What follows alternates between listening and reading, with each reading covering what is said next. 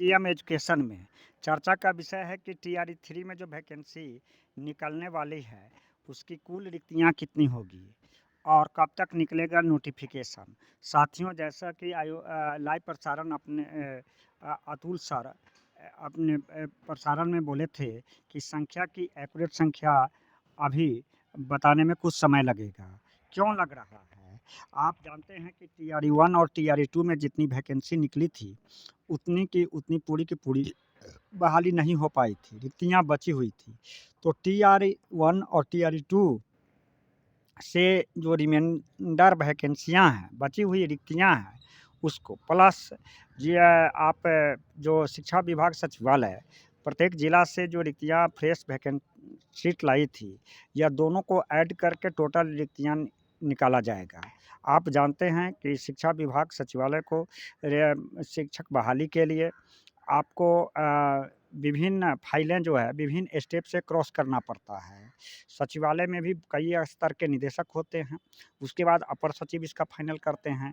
अपर सचिव के बाद में फाइलें जाती है प्रवर्त समिति को। प्रवर्त समिति में विश्वस्त सूत्रों से जानकारी मिल रही है कि अपर सचिव के रिकमेंड के बाद फाइल प्रवर्त समिति में गया हुआ है और प्रवर्त समिति जब फाइनल कर देगा उसके बाद में फिर फाइल जाता है कैबिनेट में मुहर लगने के लिए। जब कैबिनेट में मुहर लग जाता है रिक्तियाँ के बारे में, तो टोटल वैकेंसी पद की रिक्तियाँ कन्फर्म हो जाती हैं। इस तरह से पहले की बात नहीं है, अब समय कम लगता है। प्रवर्त समिति में जब सीट फाइनल हो जाएगी, तो उसके बाद जाएगा कैबिनेट की मुहर में और अभी तक की जो जानकारी मिल रही है कि 1 लाख के करीब में होगी टोटल रिक्तियाँ। इस रिक्तियाँ के आधार पर ही टीआरई 3 की वैकेंसी निकलेगी। कैबिनेट की मुहर लगने का इंतज़ार है। तो कैबिनेट की मुहर जब लग जाती है नंबर ऑफ वैकेंट सीट पर, तब यह फाइनल समझा जाता है कि टीआरई 3 का है। जबकि आयोग के अध्यक्ष अतुल सर अपने लाइव प्रसारण में कह चुके हैं कि 10 फरवरी से लेकर के 23 फरवरी तक होगा अप्लाई। अभी कैबिनेट की मुहर लगना बाकी है। कैबिनेट की मुहर लगने के बाद टोटल रिक्तियाँ का सही जानकारी मिल सकेगा। जब कैबिनेट की मुहर लग जाती है, तब निकलता है नोटिफिकेशन।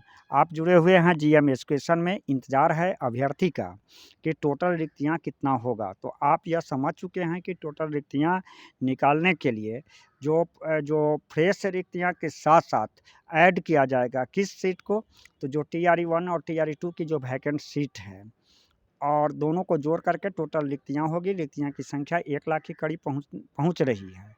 देखना है कि टोटल रिक्तियाँ कितना आती है। साथ ही कैबिनेट की मुहर लगने के बाद में नोटिफिकेशन निकलेगा। नोटिफिकेशन के लिए 1 सप्ताह करना पड़ेगा इंतज़ार। 15 फरवरी तक निकलेगा नोटिफिकेशन। इसके बाद अप्लाई होगा, जबकि अप्लाई का डेट पहले से निर्धारित है। लोग नोटिफिकेशन का इंतज़ार कर रहे हैं। देखना है कि नोटिफिकेशन कब आता है। बने रहिए जीएम एजुकेशन में। इधर अभ्यर्थी, अधिकतम उम्र के अभ्यर्थी चिंतित हैं, चूँकि टीआरई 3 में आपको एज रिलैक्सेशन जो 10 इयर्स दिया गया था, वह केवल टीआरई 1 के लिए था और अभ्यर्थी के चिंता स्वाभाविक बात है कि टीआरई 3 की वैकेंसी निकल रही है और अधिकतम उम्र के कारण उसे मौका मिलेगा या नहीं। इसके लिए भी नोटिफिकेशन का इंतज़ार है। अभ्यर्थी कर रहे हैं न्यायालय में करने के लिए तैयारी। मैं प्रदेश के साथियों से आग्रह करता हूं कि नोटिफिकेशन निकलने दीजिए, उसके कल हो कर के हम न्याय अधिवक्ता से संपर्क में हैं, कैसे निकलेगा, कैसे मिलेगा एज रिलैक्सेशन। इस संदर्भ में कहना चाहता हूं कि जो हमारा शुक्रवार को जाने का प्लान था, वह अब संडे का होगा। मीन्स कि 11 फरवरी को जाएंगे पटना और साथ ही जिस अभ्यर्थी को एज रिलैक्सेशन के लिए आवेदन जब पिटिशनर बनना है, वह मेरा संपर्क सूत्र है 93 048 57 942। धन्यवाद। आपका साथी त्रिपुरारी झा।